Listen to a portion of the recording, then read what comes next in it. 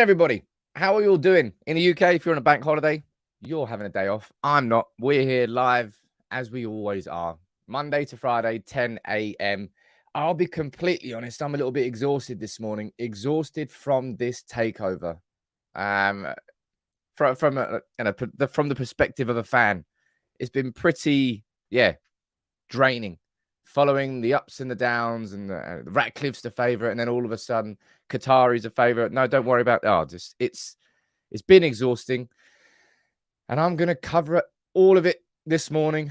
All the updates that happened over the weekend, the ups and the downs, the ins and the outs. He's favourite, he's not favourite. I'll be honest, I don't know where my head is anymore with all of it. I'm going to cover the protest that happened before the Villa game. I'm going to cover the Villa game, a 1-0 victory against Villa, which, I mean, it doesn't secure our top 4 position, but it puts us in a seriously strong position. But this is going to be an important show again this morning.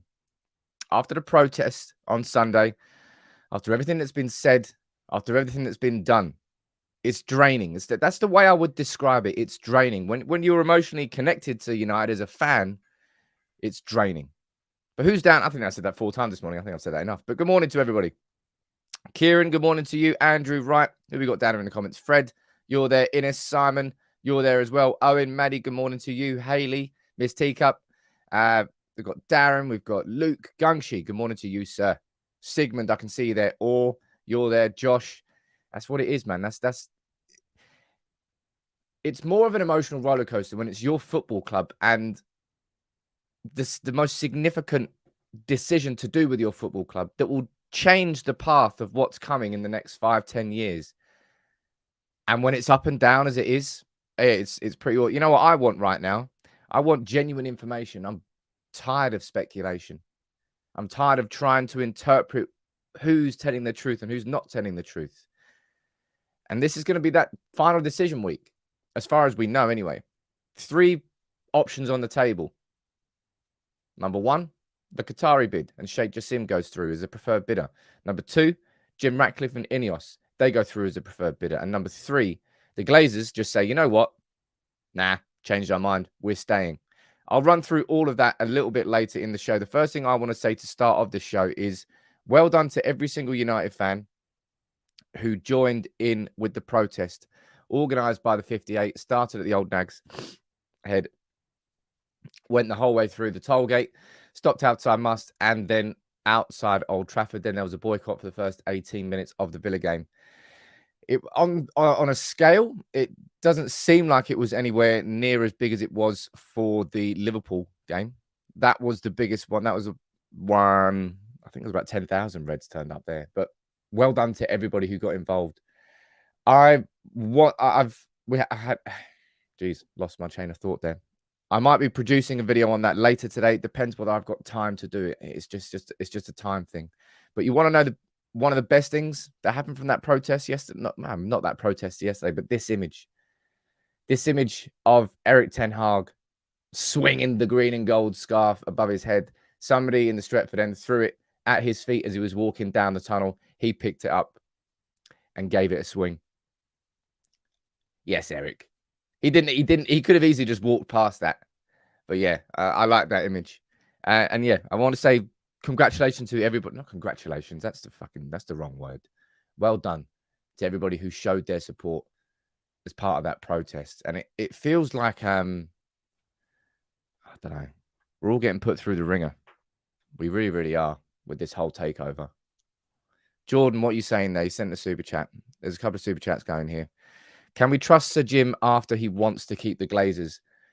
I'm going to save this conversation for a little bit later in the show. I want to get through and discuss the game against Villa before we head into that. So, Jordan, I will be answering that question and giving my opinion on it. SK saying, I don't think you can calculate the emotional turmoil Glazers have put fans through. Honestly, well, that's what it is, man. We're all sort of scarred and damaged by the end of it, and that's the position we're in now. That's why it's so vociferous and fierce against the Glazers and against the idea of somehow them maintaining some sort of stake in Manchester United. I'll discuss that a little bit later in the show because we have to discuss that game against Fulham first. It was this man, Villa first. It was this man who made the difference. Bruno Fernandes, in a week where Bruno, at the beginning of the week, he was sat on a sofa with his foot in the air in a protective boot with a pair of crutches next to his sofa.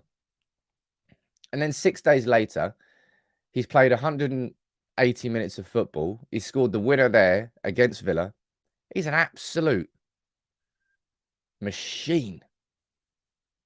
Ridiculous. Absolutely ridiculous. The difference maker yesterday. And I tell you what, again, how many times have I said this season? And how many times have you thought it as well? If we had a clinical finisher, we could have and should have been 2, 3, 4 goals up.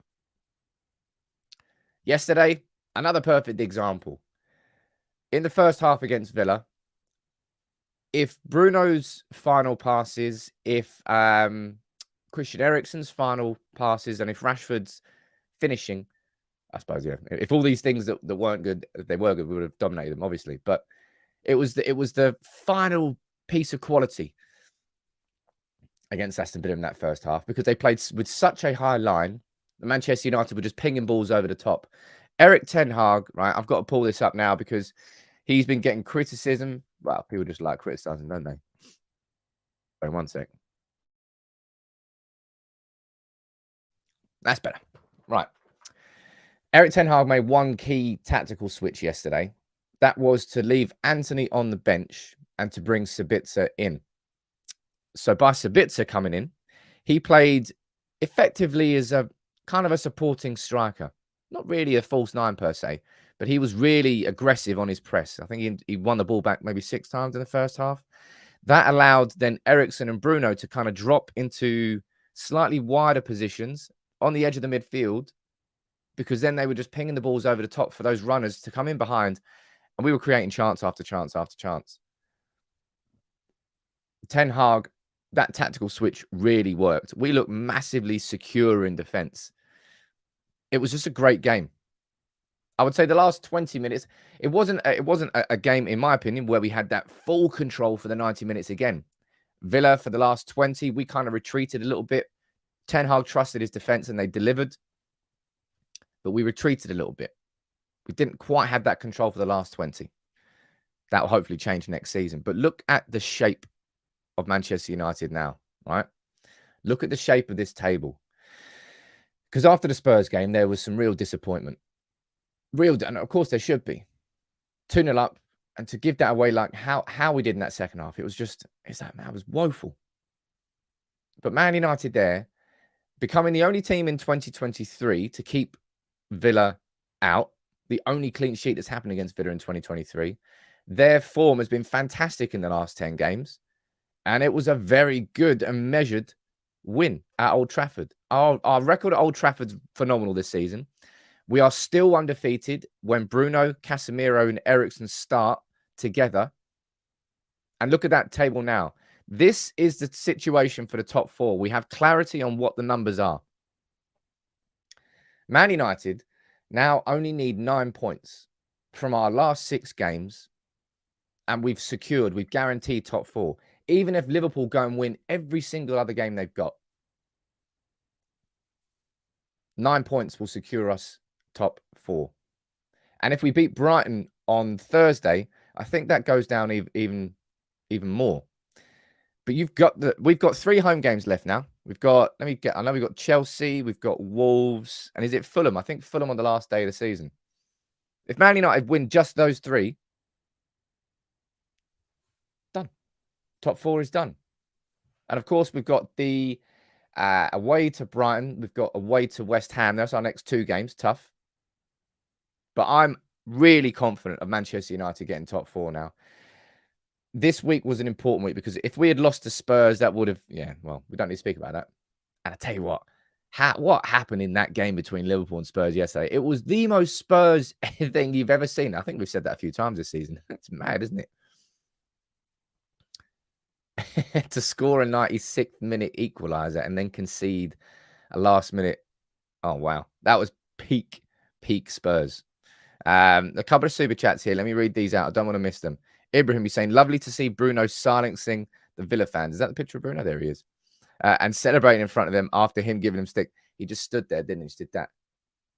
Just gave the Villa fans the death stare. And I think he spoke about him after the game. He goes, I think Villa fans should kind of focus on supporting their own players. Big up to Bruno, man.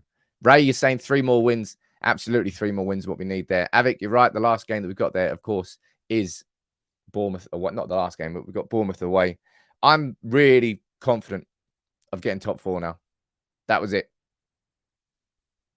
That was what we needed. That win yesterday there. Brighton away on Thursday will not be easy. But we've put it in our hands now. And I tell you what, we needed to do that because Liverpool, if you look at that form there, 4 wins out of their last 5. Yeah, they weren't very good. I mean, they won yesterday 4-3.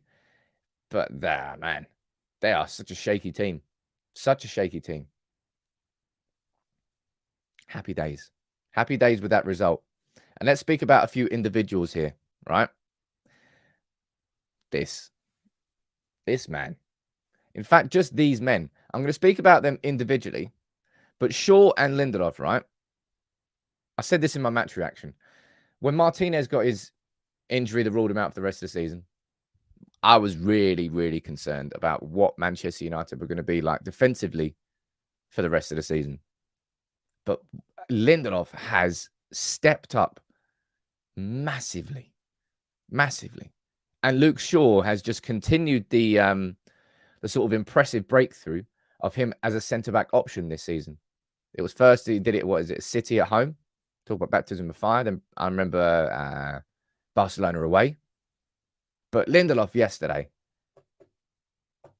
fair play to him, man. He's had, I think it was early this season, he was speaking during international break about how he was frustrated at a lack of game time and opportunities. But because Varane and Martinez were so good, they were really just kind of imperious. But Lindelof, you type it in the comments, type yes or no now.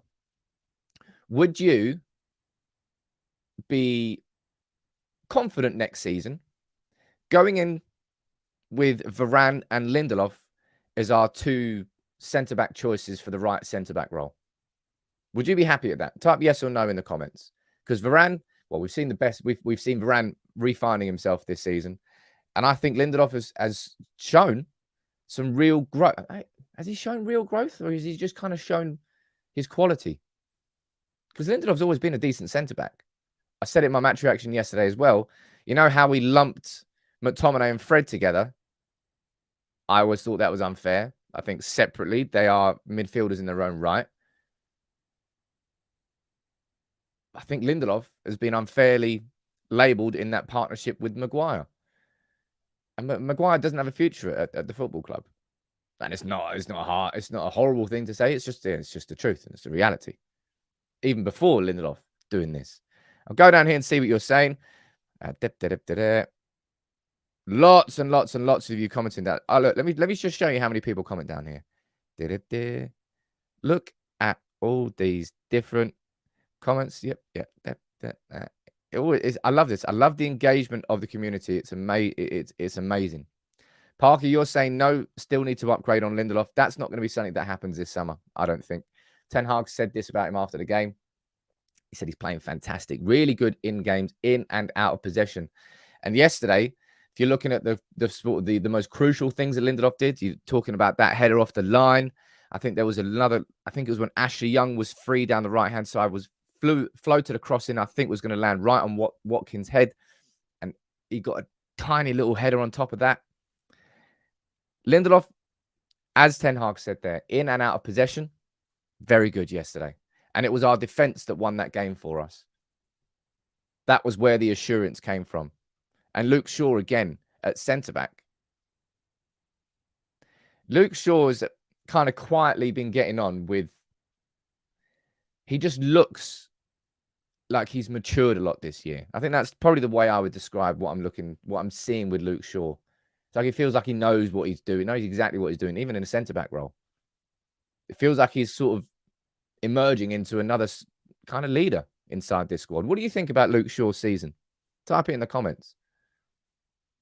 Because he's been equally as impressive, if not arguably, even more impressive at centre-back compared to him at left-back. Maybe it's more impressive because of nobody expected it, so it's sort of blown you away. Certainly was me. Paul, what are you saying there? Lindelof is showing his quality without Maguire next to him. Big ups to him and Shaw for steadying the ship over the last 4 games, top 4 in sight. And it's what you need, man. And that's the quality. That's where if you have got quality in a squad, you can cope when your players get injured.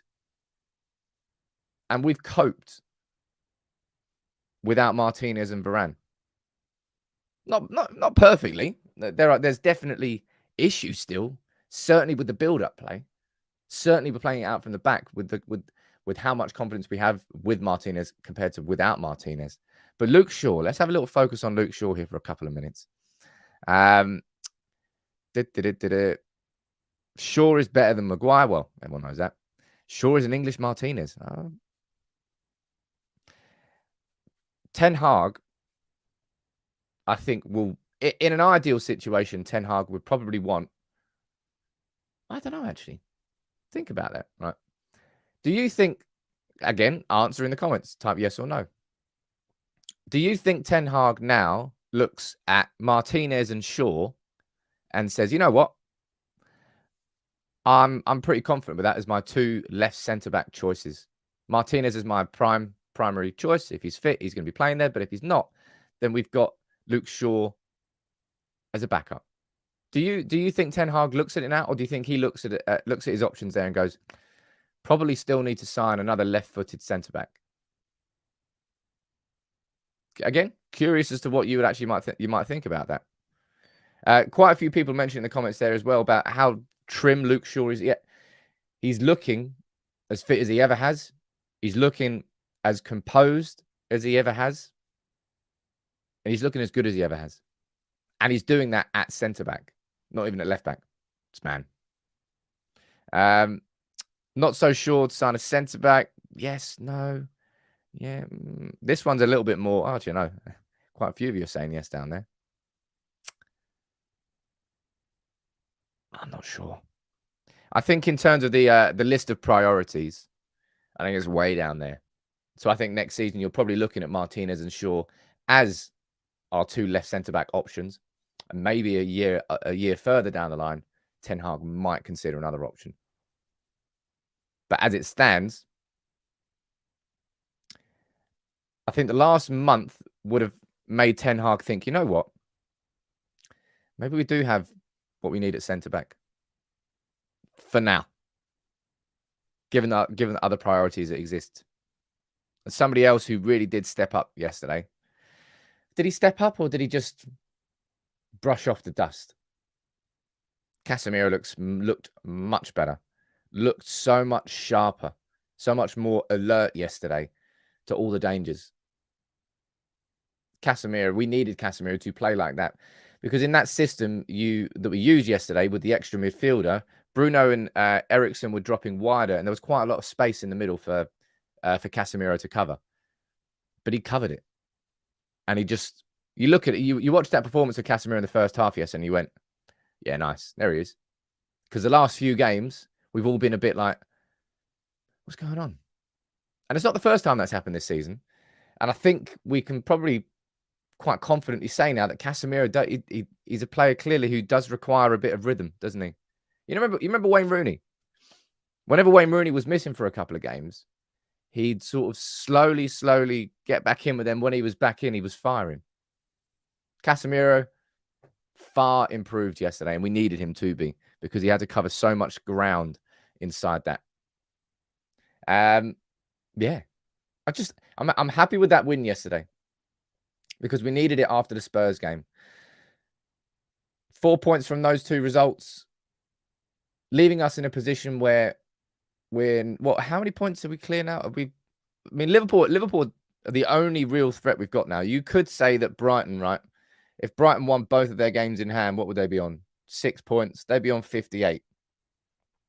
Oh, no, one game in hand on us. 56, 55. They'd still be 8 points. Who do you think? All right, type it in the comments there. Who do you think?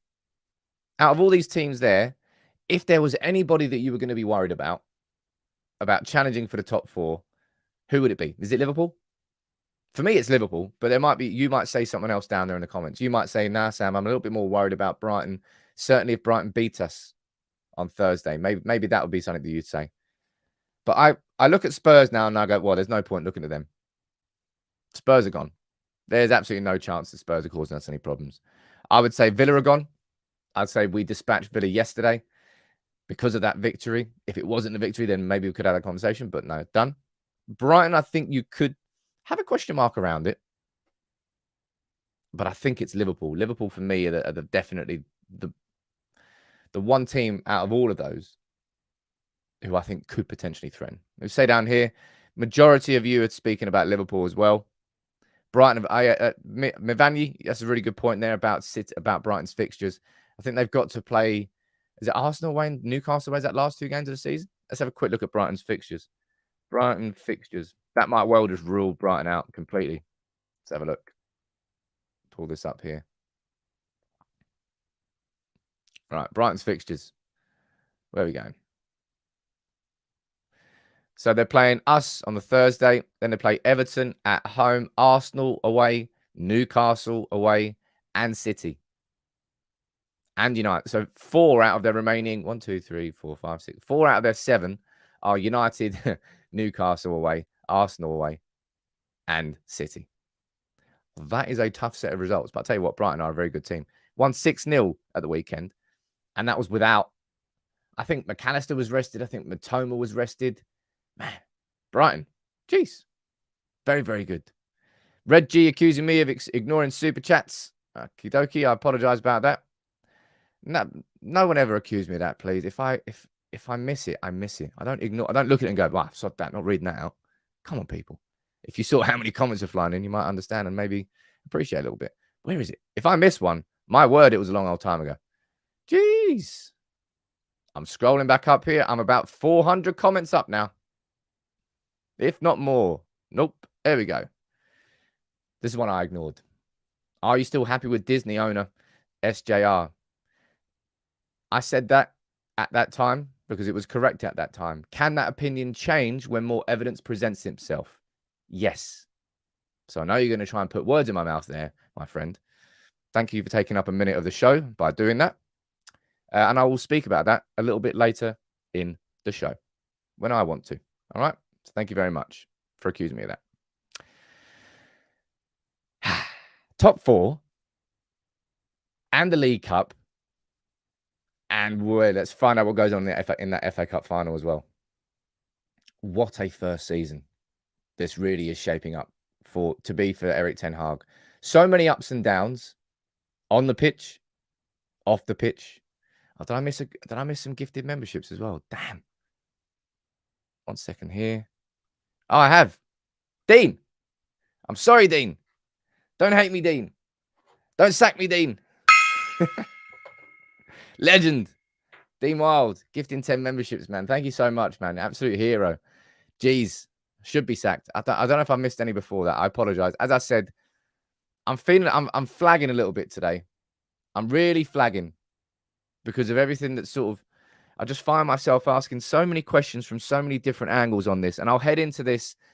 We're going to have a full chat now for the next 20 minutes, half an hour on that before I quickly speak about this as good news. Alejandro Garnacho signed his new Manchester United contract, a 5-year deal that's going to keep him at the club until 2028, I believe. Big up to Alejandro Garnacho, who, by the way, has taken that contract and gone straight to the same dentist that Ronaldo went to when he signed his contract. That made me laugh. I'd do the exact same. I would do the exact same. But big up to you, my man, for signing that contract. That really is good news. And it's not good news for Manchester United. It's great news for Manchester United. Hearing separate reports that Ten Hag's actually said no to Garnacho for the Under-20 World Cup. FIFA are idiots for organising a tournament like that in like the business end of a season. Really stupid. Really, really stupid. And our Garnacho's, no, I'm not. Garnacho's got a lovely head of hair. Not my sort of style, but nothing wrong with that. But big up to him, man, for signing that contract. Let's talk. All right? Let's talk. This whole takeover, geez, what's it been now? 6 months? I think it's 6 months since that statement got released in November by the Glazers that they were looking for strategic investment alternatives. And we've followed it all here on United People's TV as a community, just like all United fans around the world have, and the ups and downs of it all. As Red G kindly reminded me down there, I called Jim Ratcliffe the Disney owner at the start, because on paper, the idea of a man born 10 miles from Old Trafford, who grew up to be Britain's richest man, who comes back to Manchester United, gets rid of the Glazers and takes us into a new period of prosperity. Yeah, it does sound like a Disney script. Of course, things have transpired and things have changed since then. This weekend, I released an interview with Ben Jacobs on Saturday, and we spoke about the concerns that he had around the Sheikh Jassim bid. And then, what was it, 3 hours later, those sort of concerns were corroborated when the stories all broke that, is it this one here? Yeah. That the Jim Ratcliffe bid was actually higher than the Qatari bid. Now, I'm going to say at this point right here, this is still in speculation city. Because that was the confusion between not confusion, but that was the conversation that I actually probably think, of all the interviews I've had with Ben, I think that was probably the best one that we've done, because it really covered an important conversation that was and it throughout this whole time. This is what defines a good journalist, and a journalist that you can trust, right, is how good their gut instincts are with their own sources. Because this situation here, this whole takeover, all journalists are getting their information from one of three angles. One is the Rain Group, the selling group. One is Ineos and Sir Jim Ratcliffe's side of things, and one is the Qatari side of things. And all the journalists are getting fed information from that. And some journalists can get. So I think some people are looking at this like from a transfer perspective, which is just not possible. There's so many moving parts going on. But after the story broke, right? That's the wrong thing. I'll explain why I've got that image up there. After the story broke about Jim Ratcliffe giving the Glazers a way of staying at the club, you've got separate reports here. It was a very, very, from a strictly business perspective, it was a very smart play from Jim Ratcliffe and Ineos to position themselves in such a way with an offer that they might allow the Glazers to retain their stake. I want to. Can you just, like, in the comments, fire in your questions and concerns and just your opinions around what is going on now with everything? Because I kind of really just want to talk about it. As I said, it's been pretty draining covering this, and the reason it's draining is because we all give a fuck about United. We're all fans. We all genuinely care what goes on and what comes next. And it's just, man, it's been draining. It really has. I'm a potato. How you doing, buddy, man? I like potatoes. We spoke about potatoes last week. Sorry, I'm late. I had to pick up all the toys Klopp threw out of his pram yesterday. No, he had to. He didn't throw toys out of his pram. He was too busy tearing his hamstring. Mate, Klopp gets away with Absolute murder. Joke. Absolute joke. Anyway, don't need to speak about him. Red G. All right, my bad. Sorry. I'm feeling a bit not ratty. Don't know. I just feel a bit on edge today, I think. So I'm just like, can't they just piss off? No, apparently not. It wasn't meant in a bad way, Sam. I preferred SJR2 in the beginning, but I did a full 180 when I heard about that he wants to keep the Glazers. And you're saying, Sam, it makes no logical sense for the Glazers. Retaining a stake isn't retaining control. So what do they gain from it all? Do I really have to be the one to tell you what they're going to gain from it all?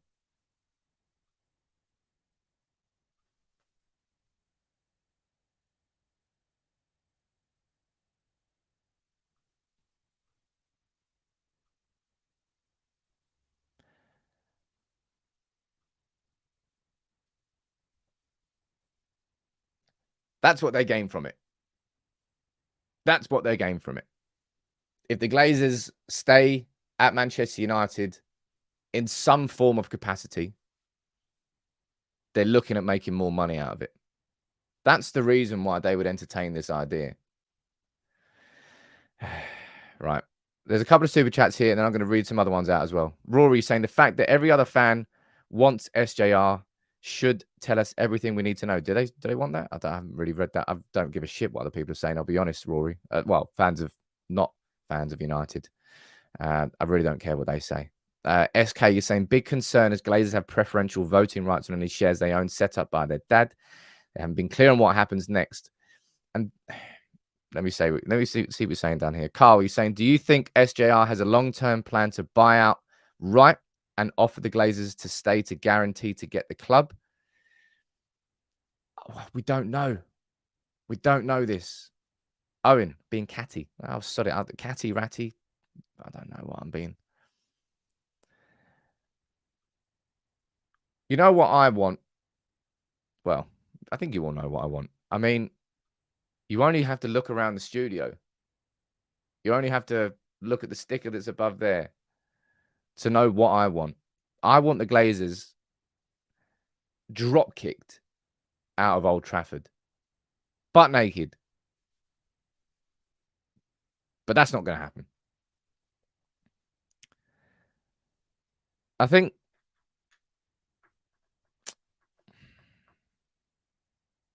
I remember when I did this video here, right? It feels like we've kind of reached another point here. Just another important, I would say an important point. When I did this video, that was with an interview I did with Nicholas McGeehan from the NGO Fair Trade discussing Dubai. This was a good few months ago, right after, I think this was about December or January. And the reason I did this video was because it was at that point in time, I said, you know what? I just can't see anything but a Middle Eastern bid being successful in the takeover of Manchester United. And that's why I wanted to do that video there. And I did that video there. I now sit here, and again, this is just what my instinct is at this particular point in time.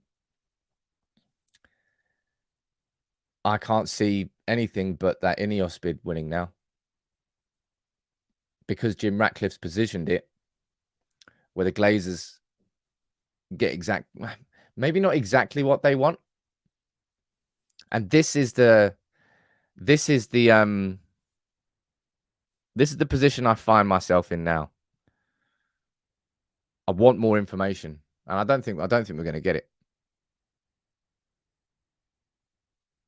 I want to know what this, because remember, like yesterday with the protest that went on, right? These protests here, and you can read what the banner says there: full sale only. Maybe you can't read it because it's a little bit hard. Full sale only. Remember this, that the Jim Ratcliffe bid, and this is what I asked Ben Jacobs about this. and there isn't any clarity on it. We don't know whether whether only one bid will go in from Jim Ratcliffe and Ineos, and that bid will be the one that offers the Glazers a chance to stay, or whether there's going to be a full takeover offer as well, buying all 69% of the shares. We don't know that yet. When are they announcing the new owners? Says Matthew. This week should be it's not expected that we now sit here for weeks and we get no clarity or updates on this. It should be moving. I say that it's the Glazers. We can't guarantee there's going to be any sort of swift movement, but there should be a quick decision. I'm going to put this down here now, right? I would like you to, if you can, ladies and gents, when you answer this in the poll, try and instead of putting what you want to happen, put what you genuinely think will happen. Who wins? Ratcliffe or Jassim? Or the Glazers stay? Right? That's the poll I'm putting up now. I say this all the time. There's still quite a lot of stuff going on, so I've not quite figured out the next level of the upgrade on United People's TV, and that's coming probably, I'd imagine, some point before the summer, where Facebook viewers, can also join in the polls. But put it down there. Who do you genuinely feel will win at this point? There's a couple of super chats. I don't want to miss these. And I'm a potato. How you doing, man? It's just a funny name because you keep making me say I'm a potato. I like potatoes. You just gifted 5 memberships. The gong's getting a tickle. It's a tickle this morning. I'm too tired. There's a couple of super chats here. I don't want to miss these. I can't see them anymore. There's too many comments. My word. 1 second here. Parky is saying it's utterly foolish to think that the Glazers will have any power after this. Their shares will be converted into meaningless Class A shares. And Parky, what I just said there about me wanting more information, it's that information that I really want.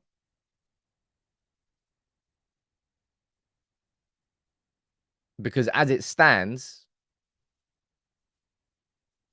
that offer doesn't work from Jim Ratcliffe and the Glazers. As it stands with the current dual share structure in our football club, he can't go in and buy out the other 4. I mean, he can, and Jesus, it's complicated. So complicated. Really, really is. Because the Glazers created that dual share structure, you can only sell Class B shares to other Glazers or, quote unquote, affiliates. What defines an affiliate? That may well be Jim Ratcliffe and Ineos, which could mean that his Class B shares, their Class B shares could get sold to him. But then what happens with Joel and Avram's Class B shares and the voting rights? Do they then get dissolved and converted into Class A shares? It's like, oh my God, I just want you owners. I don't want to have to become a financial fucking expert in business and corporate governance. I just want new owners. But you kind of, that's what I mean about being complicated, emotionally draining. There's so much you have to try and understand with this one. Jeez. A couple more super chats there. Glenny Boy saying, can you imagine being one of the 30% whose shares Sir Jim won't buy? Have New York traded shares that will tank in value when the Glazers get a premium? Yeah, there might be some shorting, wouldn't there? There might be some serious sell-off of those stock. We don't know that, do we? Rossitron, he's saying, might be the only way to get the rats out. Buy the siblings out now. 1 rate, 2 years down the line at a premium rate from remaining. 2, maybe only offer that works. I don't know what works anymore. I really, really don't know what works anymore. I'm seeing what you're saying down here. Let me check what the poll result is saying so far. Right? This is 700 votes so far. 62% of you, you're saying Jassim. You think that Sheikh Jassim will win. Ratcliffe, 28%, and 10% of you are still scared that the Glazers will stay. I personally feel that is, at this point in time, I feel that's more fear than anything, that the Glazers stay. Of course they could, and I spoke to this about with Ben on the podcast. That's a pile of money. I spoke to Ben about this on the podcast. about, look, there's just no logic in the Glazers staying, because the Man United as a brand is not going up in value anymore without the investment that they won't put in. So they have to sell at this point. SK is saying there are two battles happening now.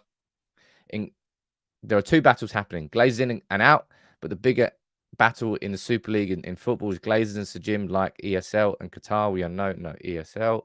Super League's not happening, dude. That ship has sailed. And remember, by the way, if that ship hadn't have sailed, we would never have got rid of the Glazers. Ever. I don't think. That's how bad the Super League was. Don't let it get to you, Sam. I'm going to read this on. Don't let it get to you, Sam. Soon there'll be an announcement. Who knows what dirty deals? Johnny, you know what it is, right? It's because I've gone through all the swings throughout this whole process. At the very start, I saw Sir Jim Ratcliffe, and I was like, Disney owner, let's go. And then I found out about all the Ineos financing of the debt, and that made me go, hold up. And I had question marks around that. And throughout this whole time, as a United fan, I don't know, I shouldn't have to explain this, as to why United fans are so diametrically opposed, and have been for so many years, to state ownership, because of everything that's happened at City and everything that we've had to sit and watch. And then having to do an interview with I didn't have to do an interview with Nicholas McGeehan, but I did the interview with Nicholas McGeehan, because I realized, you know what? Kind of feels like that winning it feels like that bid's likely to win. And then further down the line, we find out now that Jim Ratcliffe is actually winning the race, and so that Sheikh Jassim's bid, well, apparently, is less than. And we're like, what's going on? Hold up. But Jim Ratcliffe's offering the Glazers a way to stay. Hold up. And it's been crazy. It's been pure Manchester United, isn't it? At the end of it, I don't know. I don't know the end of this story yet. I don't know the end of this story. Because on the surface, the idea that Jim Ratcliffe would enable the Glazers to stay in some capacity at Manchester United makes me just want to go, well, get fucked then. And then I remember how against state ownership I was. And I've just been I've been so torn in between everything. I don't really know where my support is anymore. Honestly, truthfully. I'm not sat in one camp and just like quietly hiding here and pretending whilst not saying anything. I find myself saying, all right, yeah, on one side, and then go the other side. I'm like, oh, fuck, yeah, that too.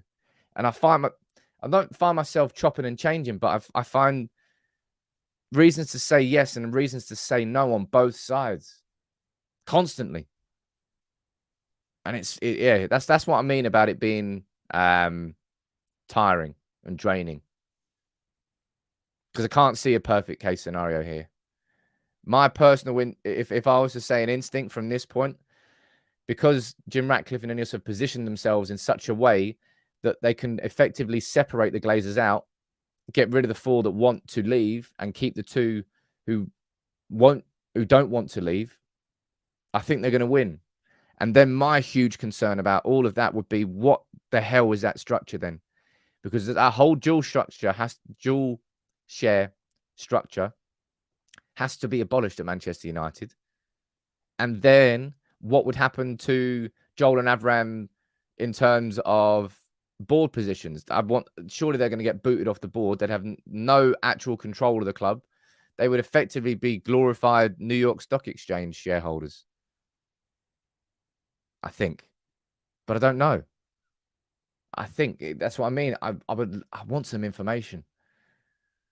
And at this time now, we are sat and we are waiting. We're waiting for what the Glazers want to do. I'm going to check the poll again now. See what you're saying. 1,100 votes in 8 minutes. I love this community. I really, really do. I I do. I say it most days, but it's a compliment to the chat, and it's a compliment to the mods who have helped moderate this chat this whole time. It's a compliment to the community that's grown off the back of everything. You can come in here and you can genuinely have a proper conversation about United with other United fans. So big up to everybody, man, for making this community what it is. And I just hope that at the end of all of this,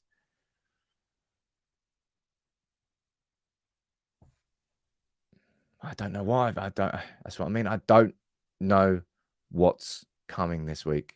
I don't. Tom, you're saying, hey, man, when it comes to fear with this, it's so predictable. It will be investment as the Glazers don't care. We just have to pray it's a full sale. I think if we're looking at Jim Ratcliffe and we're looking at the two potential bids they could have, one which buys 69% of United at this time, which of course is all the Glazers. So it's effectively a full takeover. And one where he buys out the other four siblings and Joel and Abraham stay on. There's only one that they're going to be accepting, really. Unless by accepting, they affect the price that the other four are going to get. And then it just goes into more complications. Not only have you got a civil war inside a family, you've got, it's just every single angle has got so many question marks. It's absolutely bonkers. Cleo, how you doing down there? Oh, and Max as well. You just gifted a membership. Cleo, you just gifted 5 memberships as well. Ah, man, look at that. Jay as well. Love this community. Really, really do. Oh, actually, speaking of community, let me quickly announce a giveaway. A giveaway? Even better than that. Let me announce the prize winner. Last month was the Xbox Series X. Big up to all of you who entered. But an even bigger congratulations to Anthony, who I do know. I think there's been some like people like, who's won that? I've not seen him on the channel before. Big up to you there, Anthony, who won it. He only bought one ticket. So he's won an Xbox Series X Forza 5 premium bundle for £1. Absolute hero. Big up to you, Anthony, man. I'm going to reach out to you. Dan will be reaching out to you. We're going to get your address, get that Xbox sent to you this week. You can send in a photo, but there's congratulations to you, dude. Congratulations. Or, honestly, that's almost a sackable offense. It's a sackable offense there. Can you possibly look at something and not think of a bad dad joke? I appreciate the commitment. I appreciate the commitment. Seven Samurai, thank you. Wow. Thank you very much for super chat, dude. Let me pull up this photo again here. You're saying, in my opinion, there's something important to realize. For Jim Ratcliffe, Man United will be a business and he will handle the club as such. For Qatar, it will be much more a plaything and are much more likely to actually spend money in the short term. This is the thing about Manchester United, Seven Samurai. Everybody has to spend money in the short term. That's why there have been such so few real options for potential new owners, because Man United need investment, straight up investment immediately in the stadium and the new training ground. It's not possible to improve Manchester United without doing those two things. So whether it's Jim Ratcliffe and Ineos or whether it's Qatar, that upfront investment has to come. It's not a case of a choice. It's part of any 3-year plan. They're all going to have that upfront investment. It's a complete and utter necessity. Sigmund, you're saying, question here. If we got new owners and things didn't end up being the fairy tale we're all craving, who would supporters groups rather protest? A state or a single company? I see what you're saying there. Now, Sigmund, I think this kind of alludes to what you were saying last week about the concept that selling to Sheikh Jassim and effectively a Qatari, it's not a Qatari, it's not a state bid, but by association, I suppose. That's what people are doing. You are concerned that there will be a finality to selling to somebody like that compared to selling to a business. Something that would arguably, I'm clutching at straws here. I've been clutching at straws the whole time. But it's not a state. That's what I mean. It's not a state. It's private funding. But come on, we're all clever people here. All right. Yeah, I'm gonna wrap it up now, Kevin. Because yeah, that's what I'm doing. I'm waffling because I'm just my brain's fried over this whole takeover bid. I'm not going to do a lunchtime video today. I normally do, But there's nothing that I think I can say that you haven't already heard in this show here today. I'm going to be back tomorrow morning after the bank holiday. Hopefully with an update, a genuine update, and we can start looking ahead towards Brighton and West Ham this week. It's this is really tough for United fans. This whole just being put through the mill with the sale of our football club. What a thing to be put through the mill with. Who wins? We'll find out a little bit later this week, or maybe the Glazers will stay. Jeez, I hope that doesn't happen. But thank you all for tuning in. You can see it's a delicate conversation. There is no perfect solution anymore. Was there ever? I don't know. I'll be here tomorrow morning. Thank you all for tuning in. Take it easy.